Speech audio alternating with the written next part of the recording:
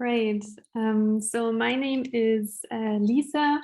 As Monica Igura said before, I did my bachelor's at TUM and together with other people was kind of the founding people for the initiative Plant a Seed, which I want to talk about today. So Plant a Seed was founded around 2.5 years ago, and now you maybe want to know why did we even start this project, how did you come up with that idea? So the basic idea of Plant a Seed was having a link between the theory and the practice at university. So most of the time, like in the lectures we can hear this week, we have so many great ideas and concepts that we learn about in the lectures, but then you come back to your campus and you can't really see all of those things in practice.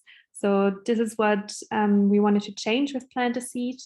And the idea became reality when we put the first raised beds on the Munich campus. And the other point in this is also having a more sustainable living on the campus. So maybe some of you know the Munich campus of TUM. In contrast to Weinstefan, it is very urban. We have a lot of concrete. There's not a lot of grass or green areas. So we really wanted to have more green and sustainable life on the urban campus in Munich. And the third pillar would be sustainable education. So we wanted to bring all of the things that we learn in this initiative to the students, and the staff at the university wanted to give them back all the knowledge that we learned and provided through workshops or working in our initiative to get the knowledge of sustainability and agriculture across. So in the beginning, we also wanted to have a mission and vision. So we actually have an idea of what we are doing and can represent it to the rest of the world. So the mission is more to realize potential of sustainability concepts and integrate them into the urban environment, and also providing an interactive learning opportunity for students, as I was saying before. And the vision for our future would be to develop solutions for a sustainable future, but do that worldwide, and also raising awareness for the interconnectedness of the people in the project, and the nature and climate in the whole system. So what is kind of the value that we're adding with Plant a Seed? As we were saying before, of course, we are greening the campus. I will show you a few pictures in a second, so you can have a feeling of how the campus looks now. But apart from that, of course, we're also producing crops in a limited urban space. So Munich in the city, you don't have a lot of places where you can grow food, and the grounds are very pricey. So that is a very good opportunity. And also providing space for insects. As I was saying before, we don't have a lot of meadows around, not a lot of flowers where the insects could go. And we also have a few research projects which are taking place at the raised beds on our campus to find out more about urban gardening, all of the possibilities it can give, and new ideas. Apart from that, of course, we also have student engagement, and as Claudia Lux was saying before, also the multidisciplinarity. So we really think that urban gardening is not only for biologists or ecologists or people who major in agriculture. It is also open for anyone at the university. So at the Technical University, we of course have a lot of engineers. We also have political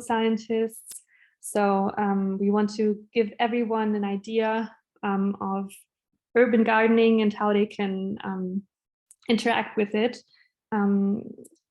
So there's always a place for everyone in the project. So now here you can finally see some pictures of our work. Some people who are attending at the beds, then also the workshops on the left upper corner that we're doing with people, and some of our team you can see on the right bottom, which I think also represents all of the fun and cultural exchange that we have in the project. We have people from so many different countries and backgrounds, which is for most of our members also one of the big advantages of the group, that you can get to know other people who are interested in the same topic of sustainability and gardening, and exchange in different events. So now a short overview of our structure. We have different teams that you can engage in. So of course we have all of the things that happen on the beds that you can see in the inner circle. We have irrigation, raised bed design, and crop management. But we also have a lot of other management groups. So of course, something like PR or team management and finances. But we also have impact management, who are doing the workshops that I was talking about before. We have the group who is connected with the research that is done at the beds, and also the vertical farming team that I'm gonna talk about in a few minutes as well.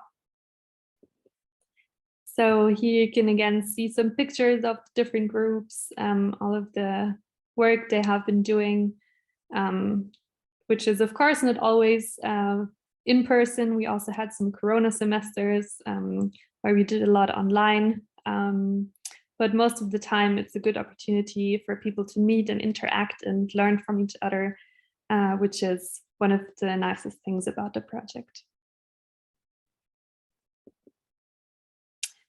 So here are some pictures from the raised beds now. As you can see, it is a very urban campus with a lot of concrete, but I think especially with the plants now, it has become a very green touch. Especially in summer, it's very nice for people to sit around the raised beds because it's a lot nicer on the campus now.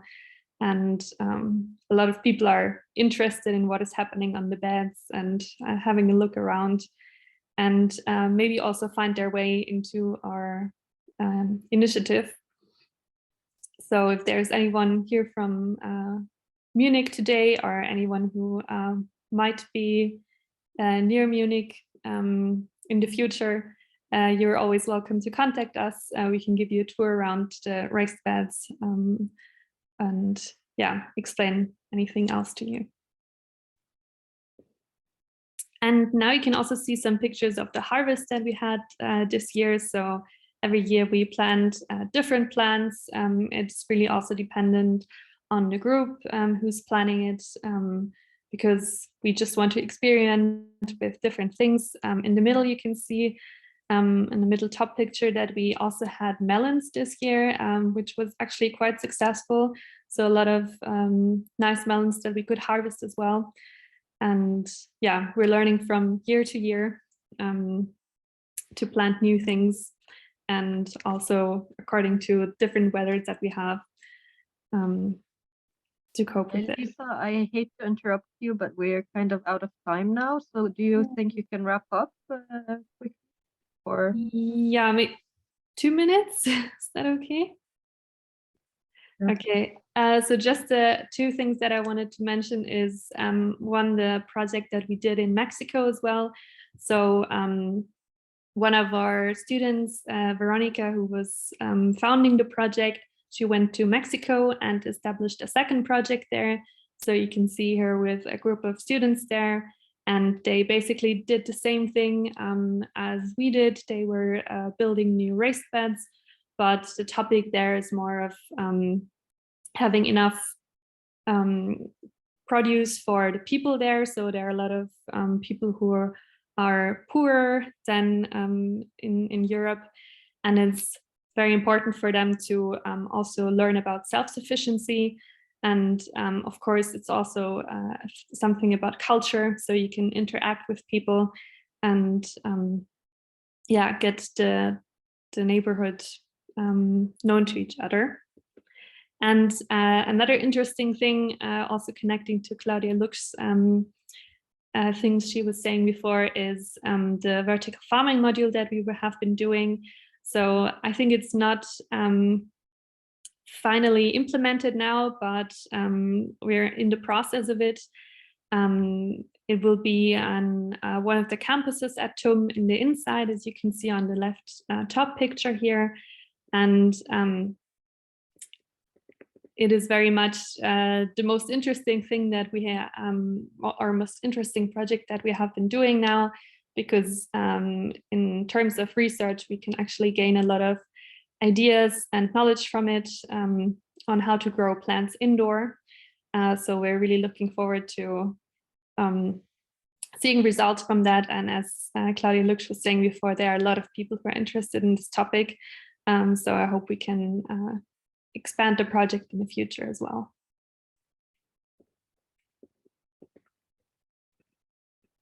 Okay, we can skip that. But if you're interested, we also have a website and an Instagram channel, which you can follow.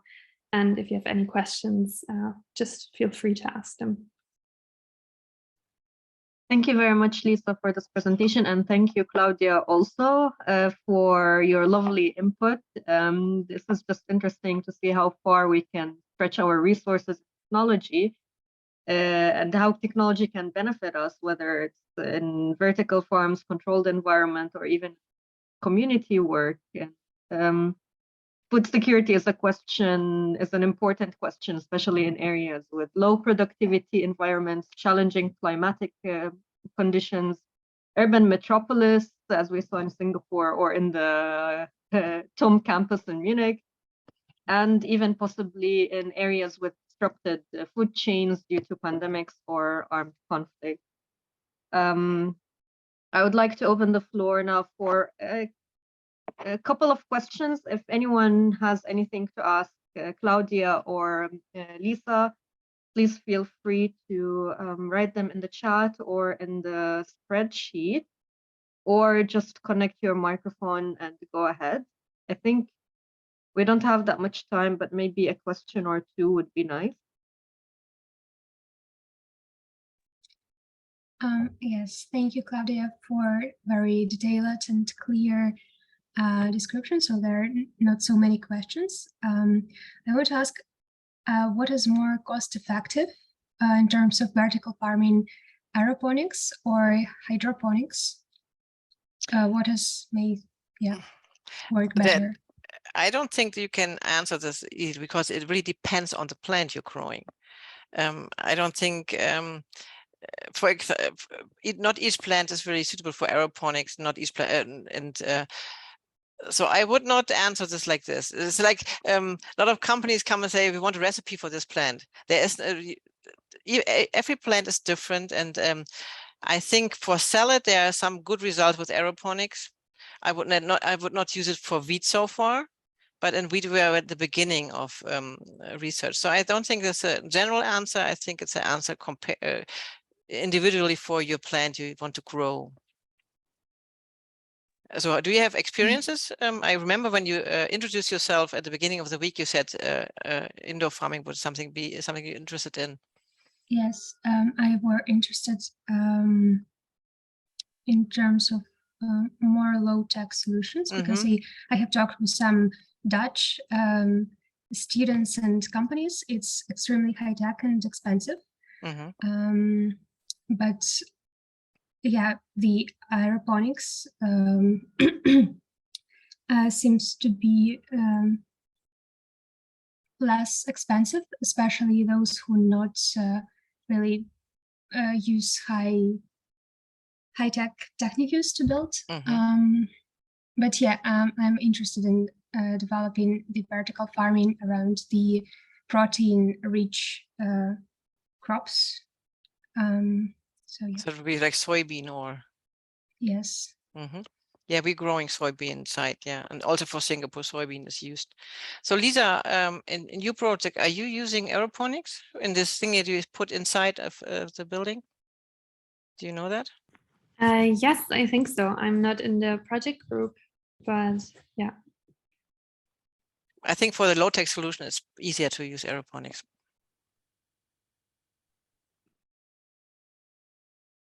Okay, thank you.